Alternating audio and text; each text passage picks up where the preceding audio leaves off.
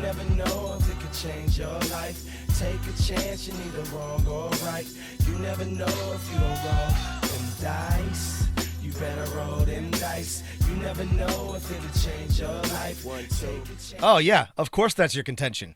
You're a first-year Strixhaven student. You just got finished reading some Lorehold historian Aramachus, right? Probably you're going to be convinced of that until next month when you get to Kalima. Then you're going to be thinking about how order and chaos aren't opposing forces, but complementary elements of forming a thesis. That's going to last until next year, and then you're going to be regurgitating Velamachus, talking about, chaos inherent in pre-modern warfare and critical oversights in past racing. Now, I know what you're going to say. Kalima drastically underestimates the impact of social distinctions predicated upon mystical ability. You got that from Telemar, right? Works in Boros District, page 98, right? Yeah, I read that too. Are you going to plagiarize the whole thing for us? You have any thoughts of your own on this matter, or is that your thing? You come to a bar, you read some obscure passage, and then you pretend, you pawn it off on your own idea just to impress some girls, embarrass my friend? How do you like them apples, Matt? Them good berries. I'm sorry. I'm not sorry. Goodwill Hunter, man. Yeah. I need to cast protection from Goodwill Hunting. Goodwill, yeah. Keep you from doing this thing. Hello, Matt. How's it going? Hey, Rob. So you're a townie here in Strixhaven, I guess. We're here at the local Fire Jolt Cafe. Fire Jolt Cafe. Thank you. Messed up my entire bit by not remembering the name of the on-campus bar. But yeah, we're talking college. We're talking learning things. I guess a mage would say, not I got her number, but I got her true name. Yeah, that's right. I can contact her with sending anytime I want. Yeah, we're talking Strixhaven. And this is Dungeon Master of None. I'm Dungeon Master Matt. And I'm Dungeon Master Rob. And yeah, this is the college, the learning, this is your all-in-one academy, magical school, magical college, magical boarding school experience. And yeah, we got a lot to talk about because we've discussed the Magical Academy on at least one episode, 2 or 3 possibly, because we talked about, of course, the Adventure Zone graduation arc, which took place in a school, and then we talked about magical schools in general. But Wizards has released a new source book, Strixhaven, a curriculum of chaos, and so here we are talking about it again. And we're back, and yes, and Gordon Wood and Daniel Vickers, and we're leaving them all behind for That's right. Mordenkainen and Tensor and Lorehold College. That's right. No historians. All the old masters, we're moving on from that. That's the kind of thing you can get. You drop a, could get that education with a $1.50 gold pieces in library fees. We're moving on from that. We're doing better. We can aspire to greater heights. I was expecting somewhere in this book for someone at the College of Quandrex to have like a equation somewhere on a chalkboard for someone to solve, but I didn't find it. This is funny. This missed opportunity. There were a lot of things that I was like, if I were writing an adventure or writing a book about a magical school, that I would have included. But yeah, if there's a floating equation that players have to solve or have the opportunity to solve, that'd be great. Put that in your magical school, something in the hallway for your adventurers to chance upon and potentially show their genius. Yeah, and this is, I think, a kind of a crazy different book, right? So this is the third official, like, non-PDF supplement we have of a Dungeons & Dragons Magic the Gathering crossover, right? We've looked at the Odysseys, Adventures in Odyssey of Theros. Mystic Odysseys of Theros? Mystic, right? Yes, yeah. And Guildmaster's Guide to Ravnica. And I don't think I'm missing any, right? Those are all the magic ones we've had so far. And now we've got Strixhaven, a curriculum of chaos. And this one's like really different in that, Rob, I feel like I saw someone say this, but if this was released in the 80s, this book would be like a box set, like the old Ravenloft we looked at not too long ago, in that there would be a short player's guide, a short introduction to the world, and then like a hardcover adventure and a map. Because it's all of those things, right? That's absolutely right. There's a lot going on in this book. There's a substantial introduction to the college, to the setting, some character options. Then there's a full adventure, and then there's a map and a bestiary. It's all here. That being said, you couldn't run a game with just this. You would still need the player's guide and the player's handbook and the dungeon master's guide and the monster manual. But just about everything you would need is contained in this here tome, which is different, which is a little interesting. Wizards has done some things like this, but this I think is the most efficient, the most, I think, successful version of it. Everything you really need to run the adventure and all the surrounding information, it's all right here. Yeah, and I mean it's a different book. We have I guess a lot of Wizards books, a lot of new people brought on as freelance. I think the lead designer Amanda Hammond is, I think we saw her name in Van Richten's, but I know her from Pathfinder stuff, in which she wrote just a ton of Pathfinder stuff, including Ships of the Inner Sea, which was one of my favorite Pathfinder books. Anyway, so we have a lot of new people. Missing in my credits is one of the sensitivity consultants, or the sensitivity consultant. Yeah, this showed up on Twitter. You may have seen it, but they somehow failed to include this person in the credits, which is Tanya DePass. Yeah, a very, very a lot of annoying people also got their books printed upside down, apparently. Mine's right side up. I have a digital copy, and in my digital down? copy, Tanya DePass is listed under the credits. Also, it's right side up because it's, a PDF. But yeah, so I think what we're saying is if you are considering getting this book, it is very different than the other two Magic the Gathering supplements, which were both slightly shorter, I think, and almost exclusively focused on the world and character options. And in Strixhaven, those take up the first 60 pages, and the next 140, or maybe 120, are a level 1 through 10 adventure. And then we've got a bestiary. And this is very distinctly based off of the Magic the Gathering setting, and we'll talk about that. But I did feel like this one would be very easy to plop down in any other setting, and it's written that way. There's nothing distinct to MTG that you need to know about or that is essential to Strixhaven. Strixhaven could easily be in Forgotten Realms, or Sigil was one of the suggestions, which I think would be a great place to put Strixhaven if you didn't want to put it in sort of like a MTG setting.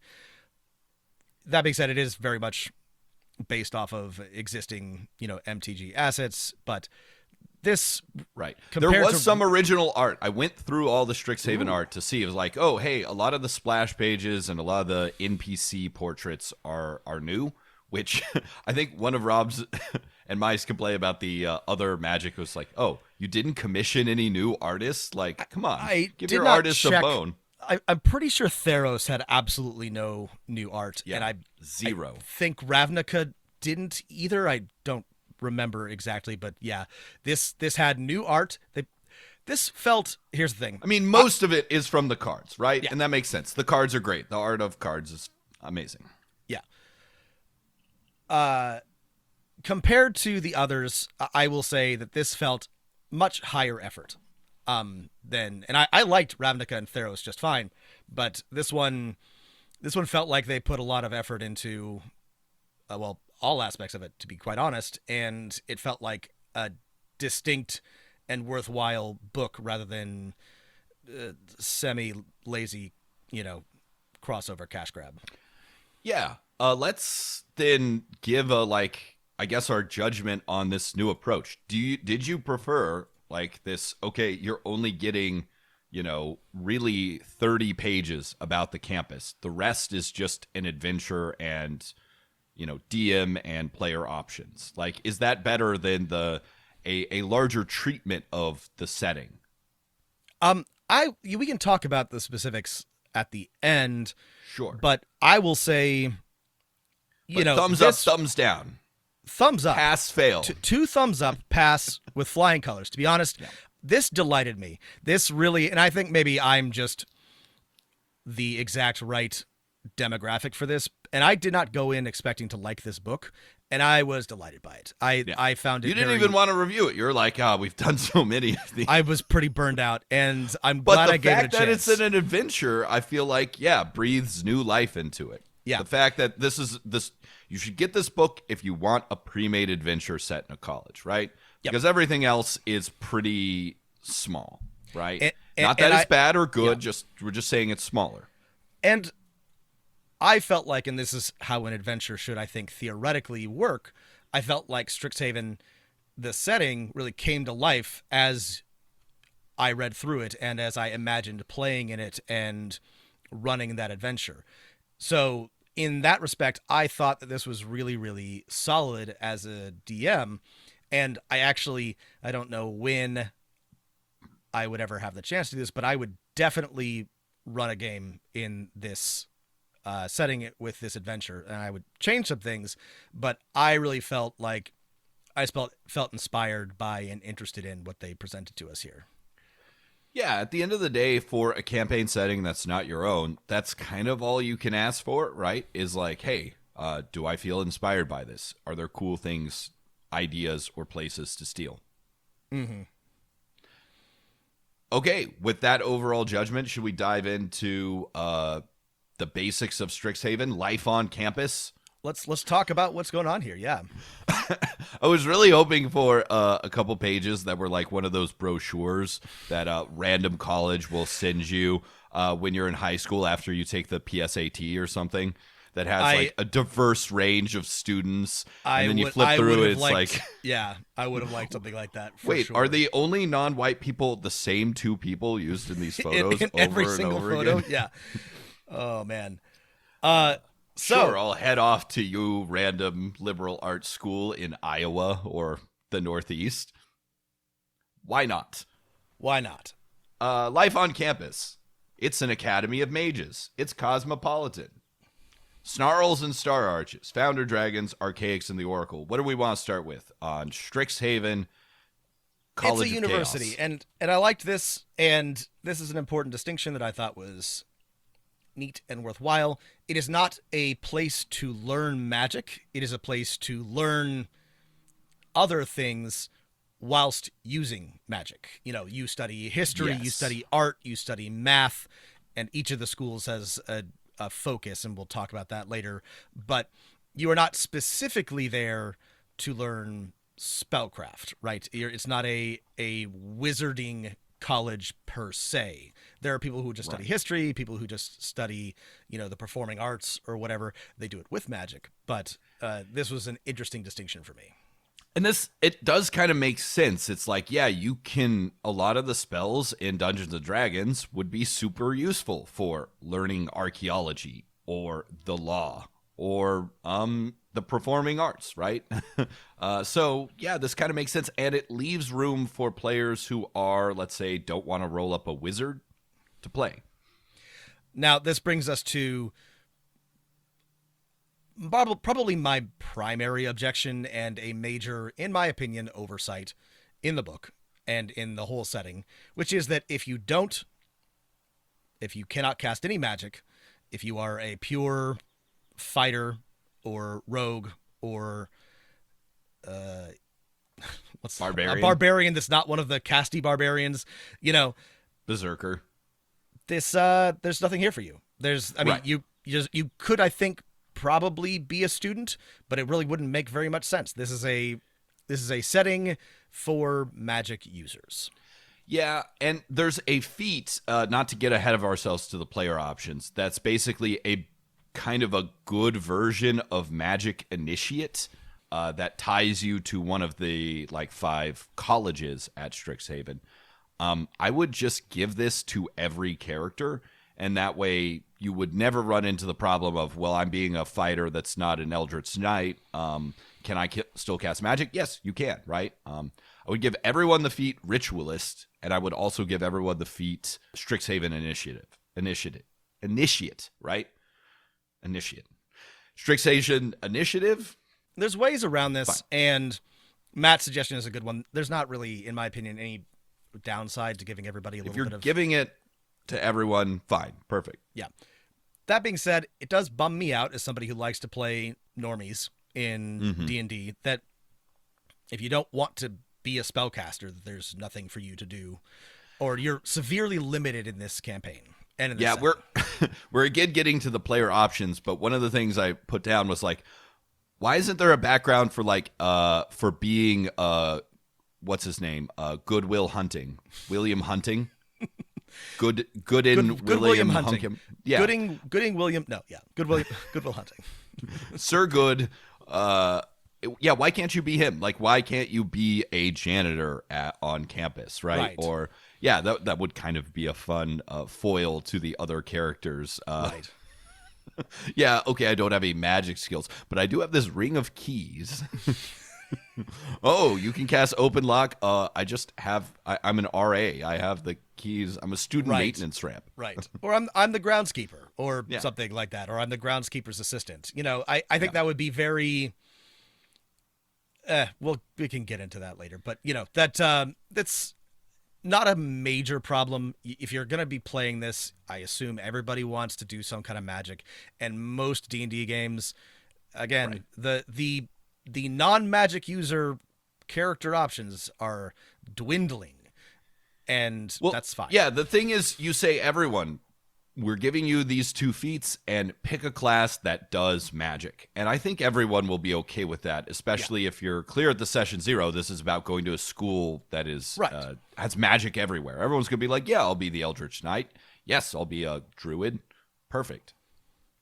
It feels to me like, you know, how in old school Spelljammer, it was basically like, if you're a druid, you're a fucking idiot. You know, you can't do druid things in space, you moron. Don't pick a druid as a class. You know, there were some classes that were like, don't play that in this setting. And I guess, freedom lover that I am, I hate being restricted when there are class options that exist. But all of that being said, it's not a huge deal. Okay, let's talk about the world of Strixhaven, because this is a pseudo campaign setting, more like you can think of this as a detailed single city, because Strixhaven is on the world of Arcanos. I forgot what it was actually. We are given no details about this world other than the name of the 2 continents. So, and it's not might as well. Everything is really about the university and the campus grounds, which I think is good. Let's focus. You know, doesn't really matter.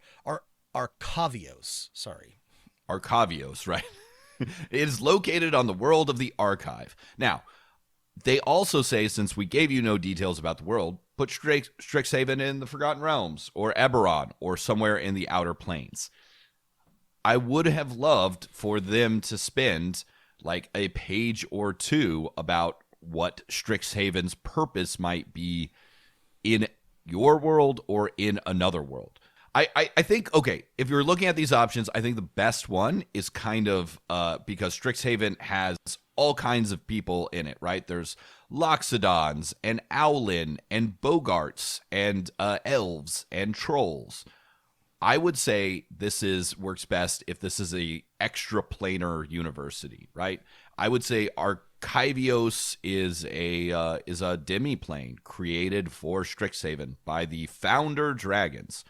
And if you're a dungeon master considering this, right, this is the idea that, like, how did your players get to Strixhaven? Why are they all students here?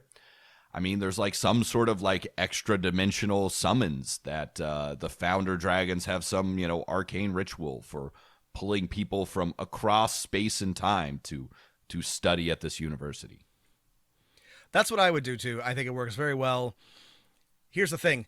I think that to run this campaign, it needs to be very narrow, and it needs to basically exist on campus grounds exclusively. Like, you can acknowledge an outside world, but it really shouldn't be somewhere that the players need to or want to go to. It wouldn't be impossible to do so, but the campaign should work pretty well with just sort of a basic acknowledgement of either it's extraplanar or it exists here, and then focus on what's happening at the college. I like Matt's suggestion. I would put it in Sigil or extraplanar somewhere, or somehow connected to Sigil. Right, maybe. sorry. There's not really a lot of room. Couldn't be in Sigil, but this. yeah, somehow. Right, somehow related to Sigil, but yeah, a demi-plane created by somebody in Sigil.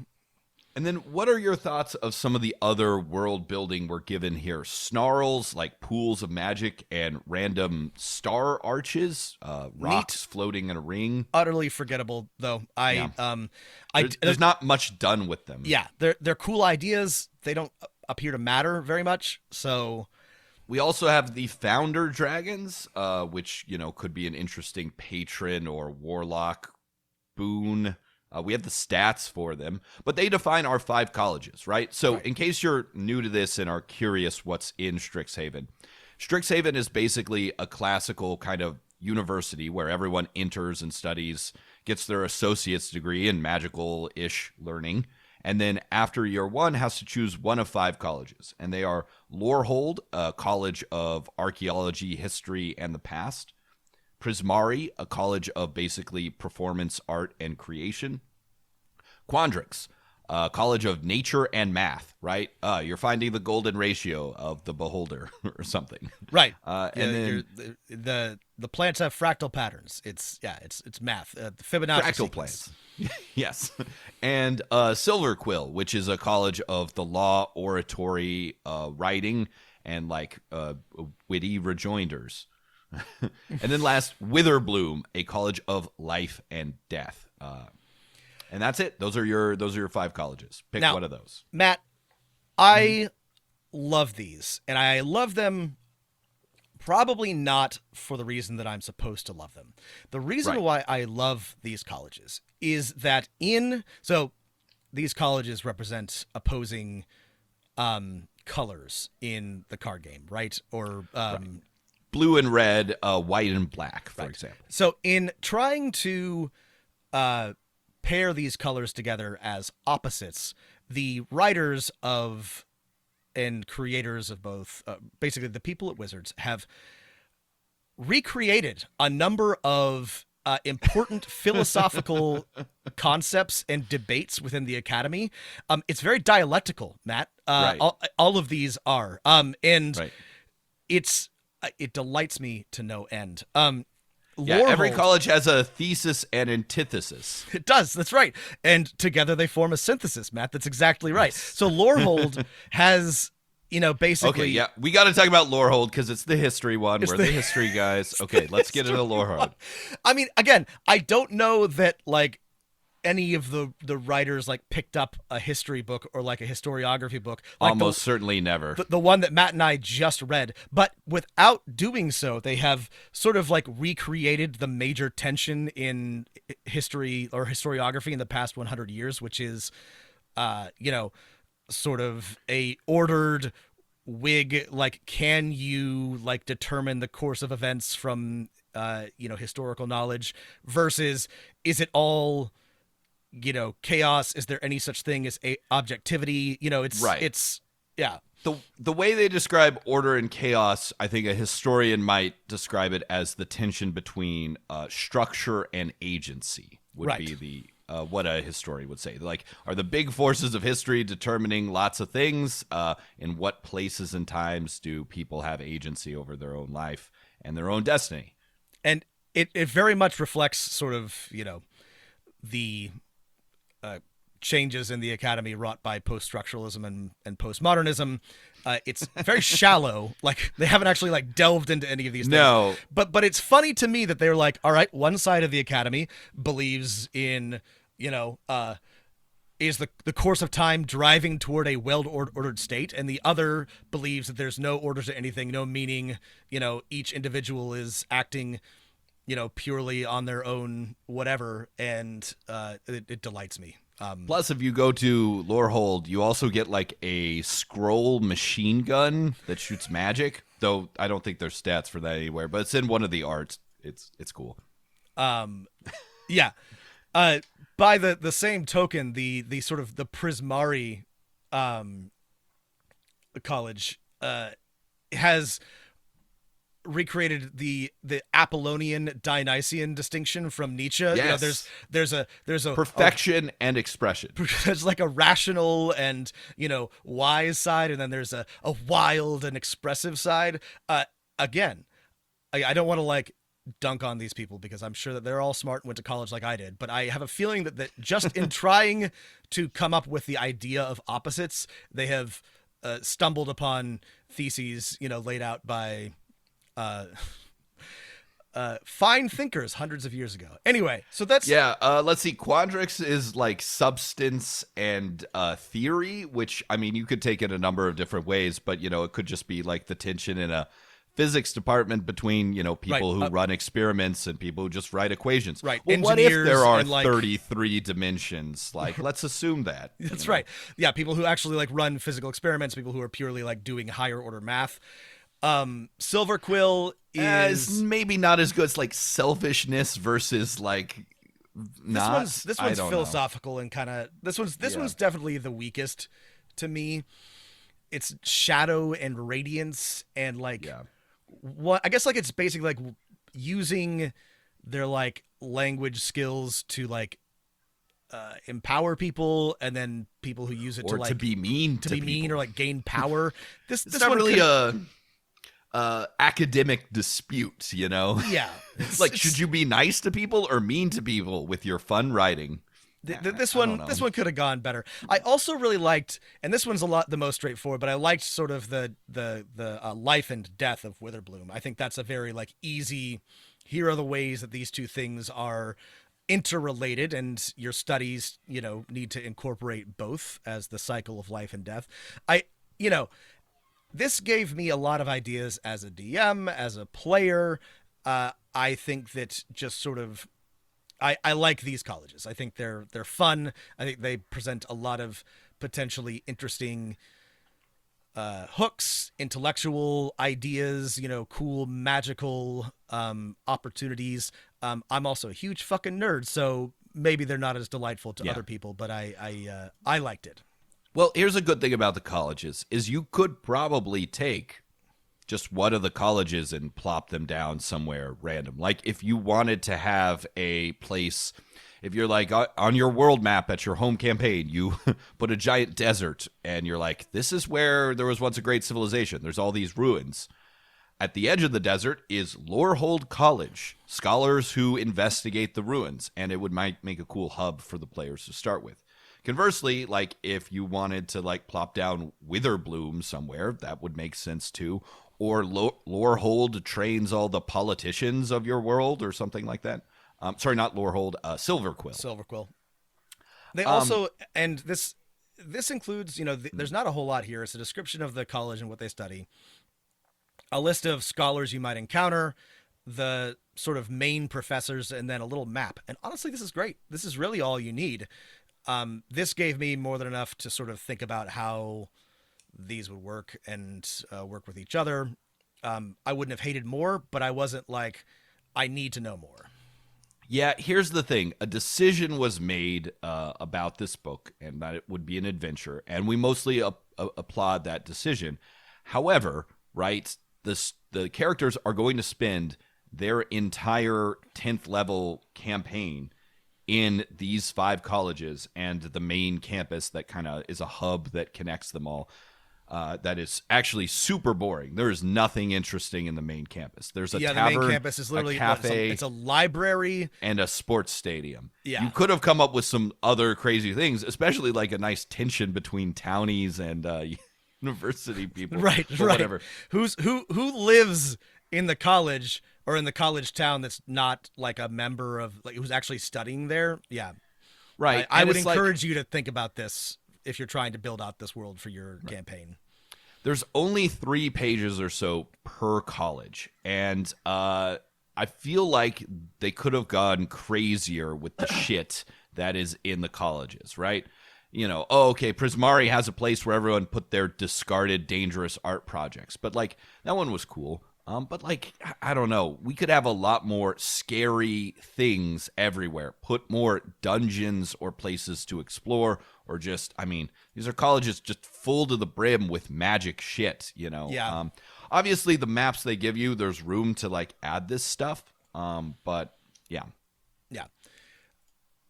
I liked what we got. Matt's absolutely correct. I think there was room for more, but it's fine. That decision was made, and some of these locations are elaborated on in the campaign, which is a totally fine way That's to do true. it. Yeah. But there's a lot of sort of empty space here, which is good and bad. It just means that, especially if your players are spending 10 levels here, you're going to have to fill in the blanks. But some people might find that an exciting opportunity. You will have to, though, because there's definitely only a handful of things going on at each college. Yeah. Here's my ideal what this book would look like is that this section would end with 2 pages on creating your own college. I would love that. Like, why not? Why should you be limited to these 5? If you have a theme you really want to get into, like, you know, okay, come up with attention or come up with a field of study. Here's some tables you can roll on for your own college. I don't know if you have any ideas for colleges, Rob. Light and dark. We have that Silver Quill. Well, you know what I mean, though. Like more of the physical properties of you know, rays of light and actual darkness. You know. I've got one. I would like a college that's a tension I would replace between with something useful. Yeah. A tension between a physical life and spiritual life, between the religion of magic, right? In most worlds, there's some kind of god of magic, and divine magic and arcane magic. It's also maybe a tension between you're living a physical life, but we know in Dungeons and Dragons, like in most campaign settings, everyone's like spirit goes to the outer planes. Like, so it would also be a tension between the material world and the extraplanar world. So like gods that, yeah. versus, you know, mortals kind of thing. That'd be good. Because there's, I guess if you're a cleric here, right, there's nothing said about the gods in this campaign setting or how the gods of whatever campaign setting you might interact with this. There's no on the main, campus chapel to Bakob for students to There pray is at. a student mages of faith extracurricular club. Yes, that's true. The student mages of faith. The Mage Interfaith Alliance. Right. But yeah, no, it's you're like right. the Student Baptist Association or a Hillel or something. It's clever, right? But yeah, I would have liked that, and then there would be maybe a clear definition for clerics here, right? In the fact that not everyone, underlying the tension of the D&D default campaign setting, is there's arcane and divine magic, and those are either basically the same or different depending on your interpretation, and that could be part of that college. Some people at that college believe, basically divine magic, arcane magic, it's the same. We both cast spells. They have verbal and somatic components. And then other people are like, no, they're different. This is why clerics can cure wounds and most wizards can't. I think the arcane divine distinction would be a great choice for a college. An interesting one. There is less to offer clerics in this setting than other comparable casters. Right. And we basically get a I think the assumption is, and transitioning to chapter 2 character options, is the designers sort of feel like you probably know what college you want to join if you're doing one of these campaign settings. Though I think it sounds more fun to me if your dungeon master at session 0 encourages people not to have an idea of which college they want to join. So this was my objection to. Character options are fine, but I object to the Myers-Briggsification of magical schools. I do not like the idea that your personality type, indicates what you're going to be good at and what you know about and what sort of this is Harry Potter. Okay. Yeah. I don't like it. I think it fundamentally understands how human beings function. So like, I don't think you have to be not like a all methodical... physicists are introverts, right? It's like Yes. These two do not align. I'm sorry. And you don't have to do this, but there's sections in here about these are some personality traits for Lorehold and some personality traits for Prismari. But like, you could be a curmudgeonly introverted, Prismari student, or a, gregarious and irresponsible Lorehold student. Don't do this. Just have your players decide what they want to study, or give them an opportunity to choose. I agree with Matt. Don't have them come in knowing what college they want to be a part of. Don't do a sorting hat, please. Yeah, I think the idea is you could have players come in, and then one of the main things about this campaign is it's a lot about the personal, or it has to be successful, personal tensions among the party and within each character. Play that up. Mm-hmm. You want characters, oh, well, gosh, I want to study something in the arts, but, maybe I would fit in better with Lorehold, right? In that I'm into art history, and, have them make a tough choice about which college they want to go to. Mm-hmm. The character options also includes the Owlin, which you've already talked about. They're cool. I like Owlin people. They now have a full flight from level 1. So, cool. I'm shrugging, listeners. It's fine. Whatever. Rob doesn't care. It's fine. It some people matter. feel strongly about this. I don't. Whatever. People can fly. There's some spells, which are neat. There's some feats, which we've already discussed. And some magic items, again, which are... Right. All of this is totally fine. Nothing really sprung out for me here. This is actually the backgrounds, which are for each, again, the ones we talked about. Why isn't there a background for something that is not one of these students? I'll give you, as their feature, extra spells to add to your spell book at all levels, which is typically more useful than the background features of other backgrounds. The other sort of disconnect is if you're playing the campaign starts at first level, where players are first years and are not a member of the college, but the background they're picking tells them they're a member of a college. So, I don't know. A little bit of a disconnect there. Maybe you don't give players backgrounds. They get it when they join the college as a reward for joining the college.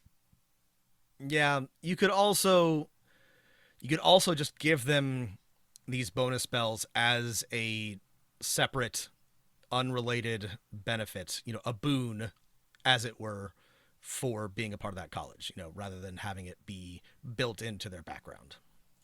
Yeah. Yeah, I just don't like taking the choice away before the campaign has begun, but we also get 2 new feats, basically a Strixhaven version of the Magic Initiate feat, and one that gets you a Strixhaven mascot as your familiar that anyone can take if they have the Strixhaven Initiate feat. So if you want a familiar as a non-spellcaster, here's a 2 feat way to get that. And then we get some new spells, right? 5 new spells. Basically, 1 for every college. Right. Okay, so...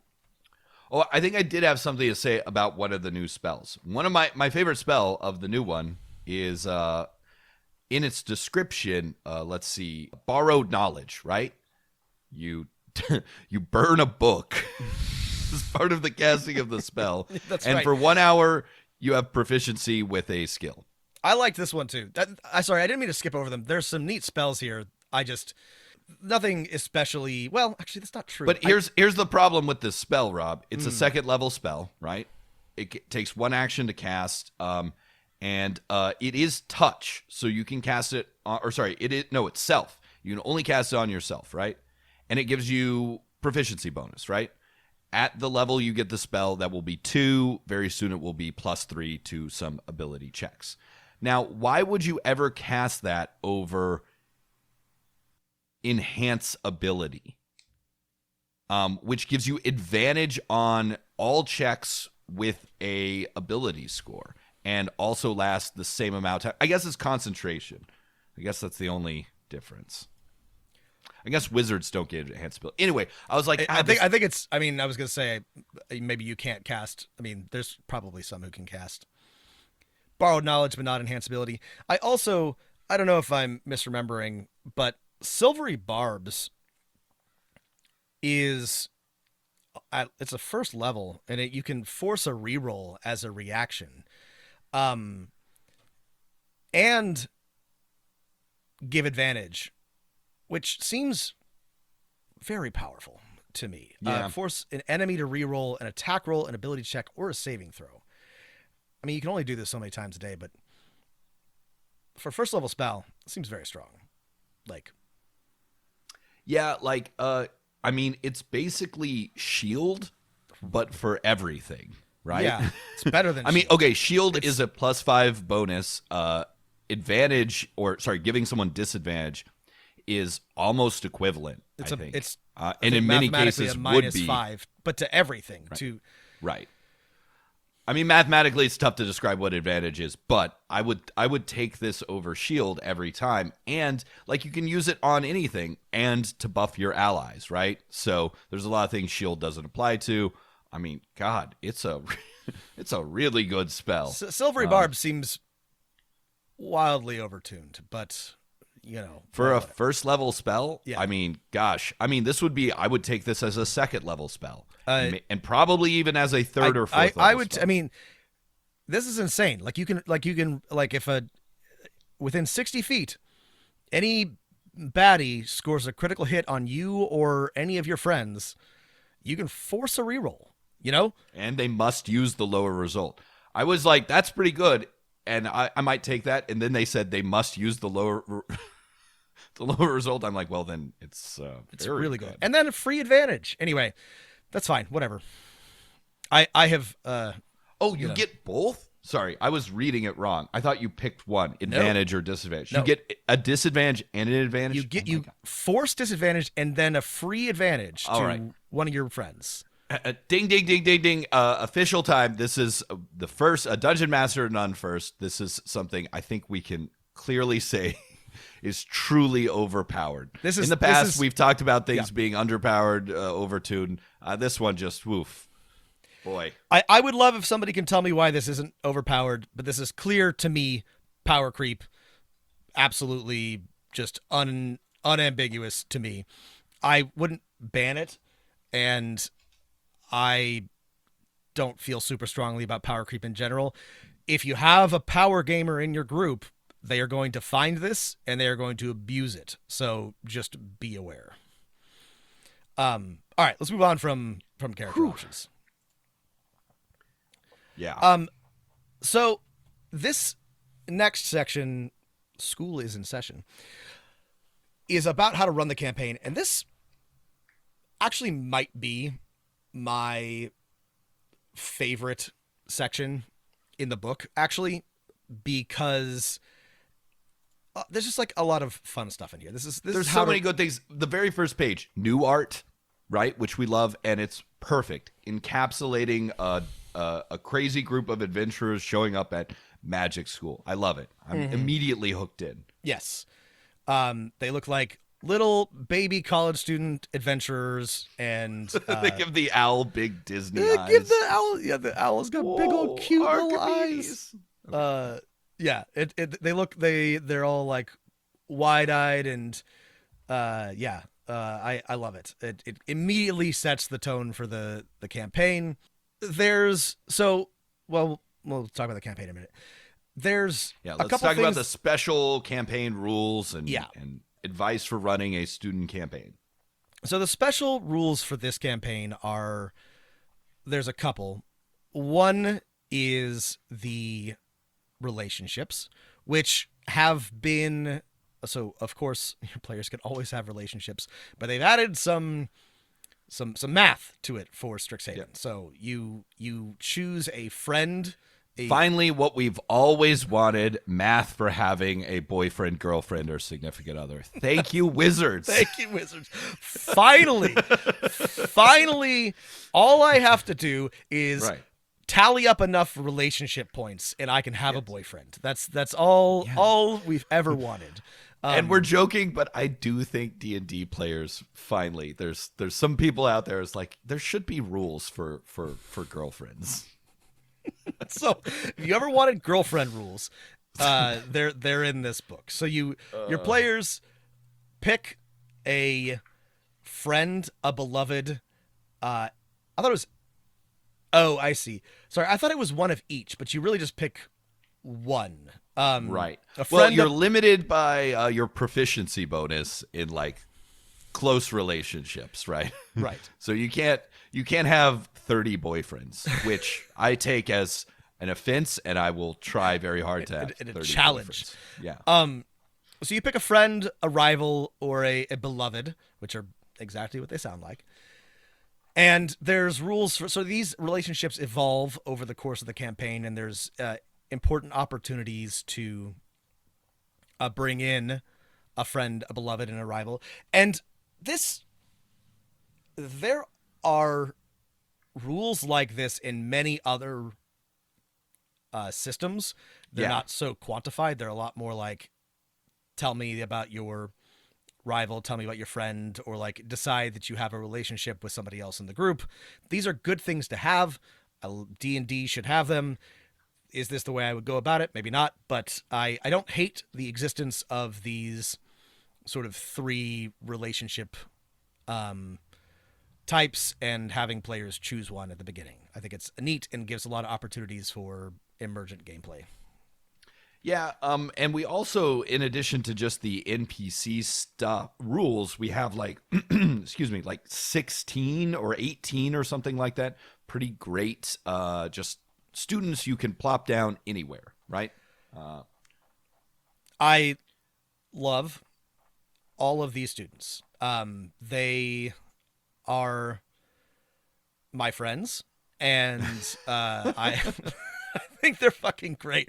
Honestly, I realized when I was reading through these students that I think this book probably nails my particular sense of humor and aesthetic, the way that I like to run games, better than any other. Because if I were going to put a bunch of students in a college campaign, many of them would overlap with the ones that Wizards have provided.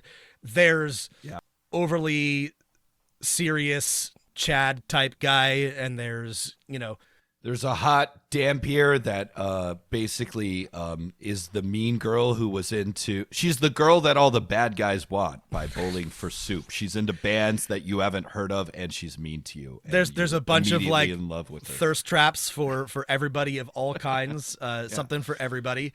And there's not there's just like a little bit of on their personality and what they're interested in. And then if you have a good relationship with them, what they do. If you have a bad relationship with them, like how that works out, and it rules. It's great. These are great NPCs. You can pick and choose. This is definitely like the first time I've seen a list of NPCs in Wizards, and I was super excited to actually like use them and put them in the campaign. They have way more personality, in my opinion, than your average NPC list. This was great for me. Yeah, these were the like best 10 pages of the entire book, in my opinion. I think Rob agrees with me. Yeah. I also loved that you have to pick like an extracurricular activity. These just, fuck it, this is so funny. There's you can get a job and extracurriculars, and your players will probably like these, and that's good because they're on the line constantly throughout this campaign. Yeah.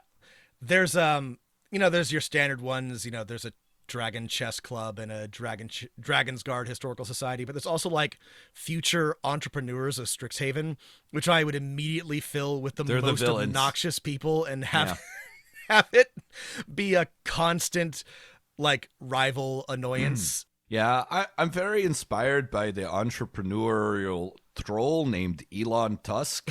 He's kind of like, I want to be him. I just want to be like him. There's a very like meta live action role playing guild.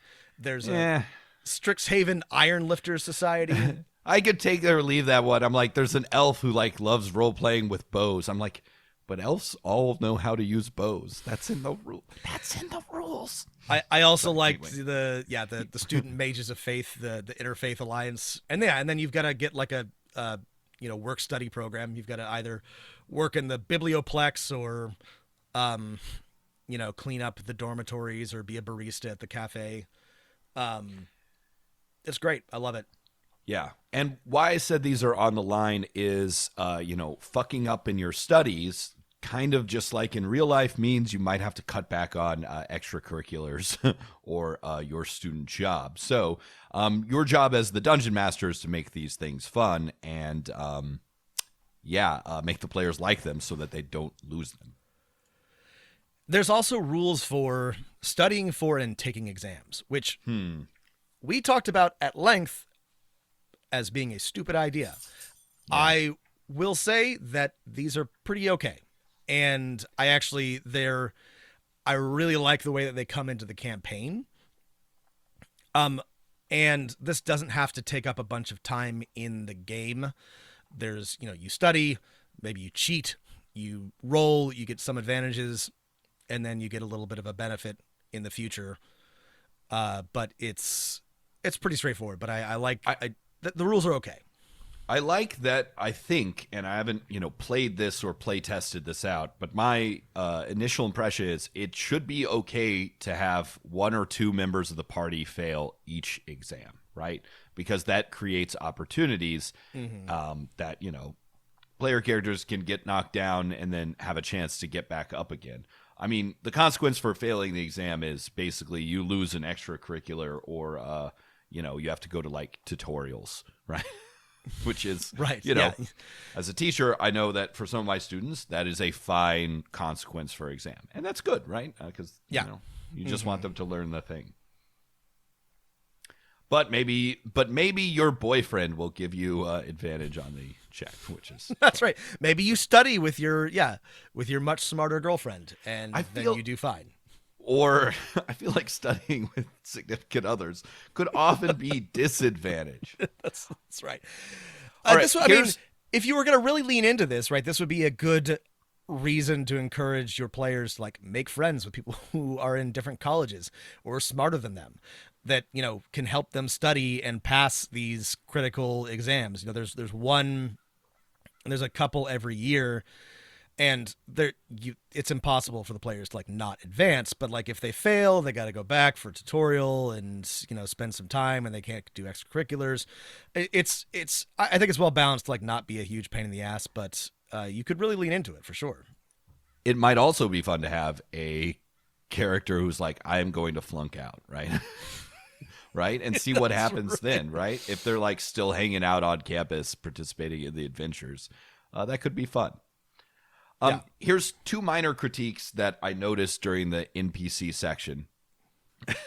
Two minor critiques. All right.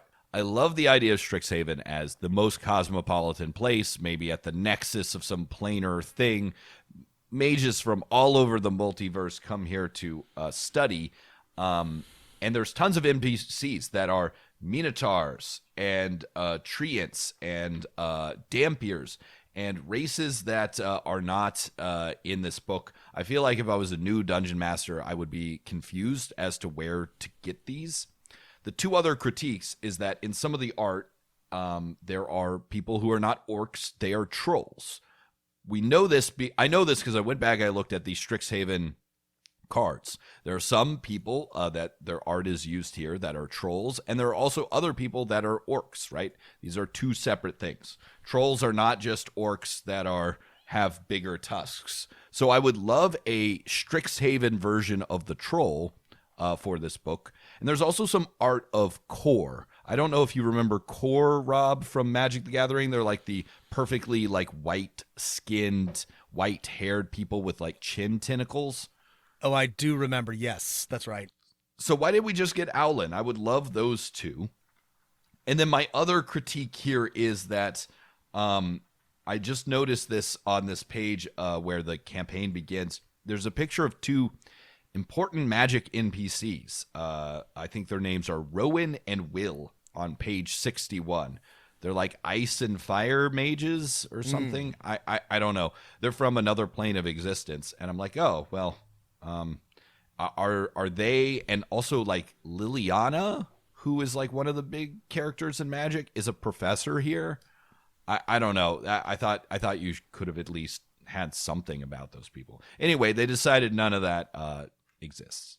I was wondering that about the orc art, because I was like, that seems like not an orc, maybe. Right.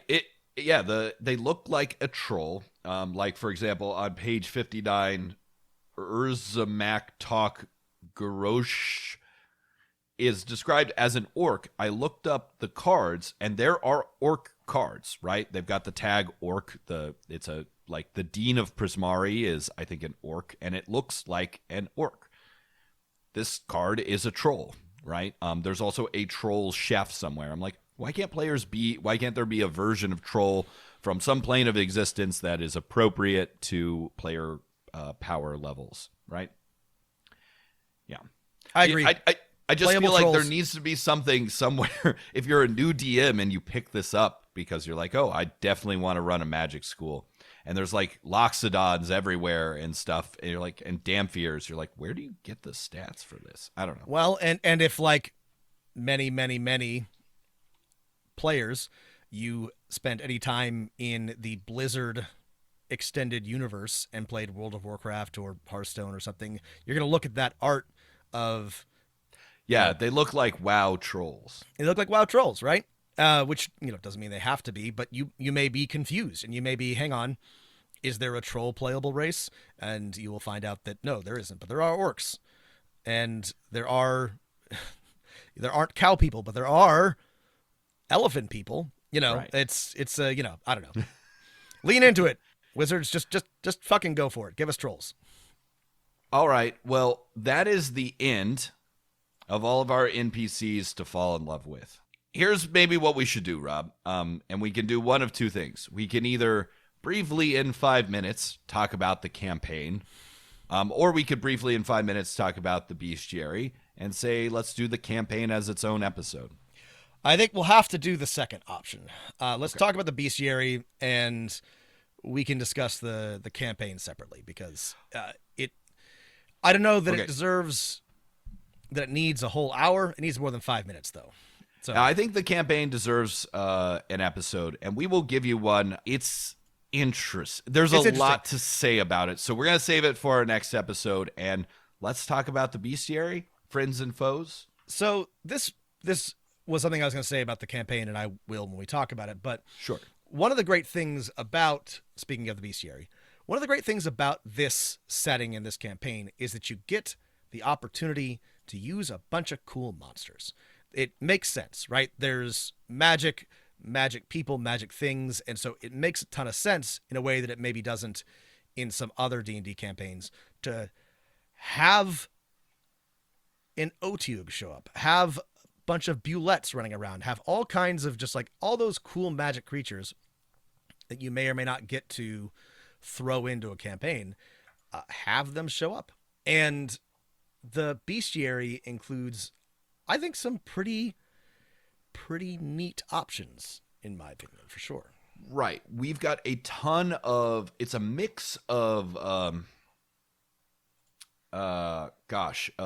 NPCs that are humanoid with crazy monsters, most of them fairly high level. And then I was getting there, I was like, man, there is not a lot of information about the Auric blood mages, especially the beginning of the book. That scroll Gatling cannon that you were talking about, I forgot all about that. Yeah. So cool. I knew I'd seen it. It fucking rules. There's this dwarf with like clearly like a handheld minigun, and it's like a scroll. It rules. Yeah. I'm not clear on what magic item that is, but I want it. Yeah, I want it too. Got to make a scroll Gatling cannon magic item. There's a lot of information, or there's like some cool monsters of like mage hunters, which I'm like, oh, that's kind of perfect for a magic thing. I think this is something from the magic storyline. Like the campus is attacked by some kind of people who don't like magic or don't like their brand of magic. But the mage hunters are cool. they look cool. They look cool. They're a interesting enemy. Yeah. I mean, I would like a little more like motivation. Are they all people who got like kicked out? It seems like they have like a founder who was slighted, that they're working out some ancient grudge. There's I this don't know. whole, and if you've played Magic, maybe this means more to you, but there's this whole Auric society of mages, which led by Extus Nar, who hates Strixhaven and wants to destroy it, but he's not the villain of the campaign. He's something else entirely, but there's still Auric mages and Auric monsters running around, and you run into these like midway through the campaign, and I was like, I don't know what this is about, but maybe if you know more about Magic, it's more familiar to you. I would have liked more on that for sure.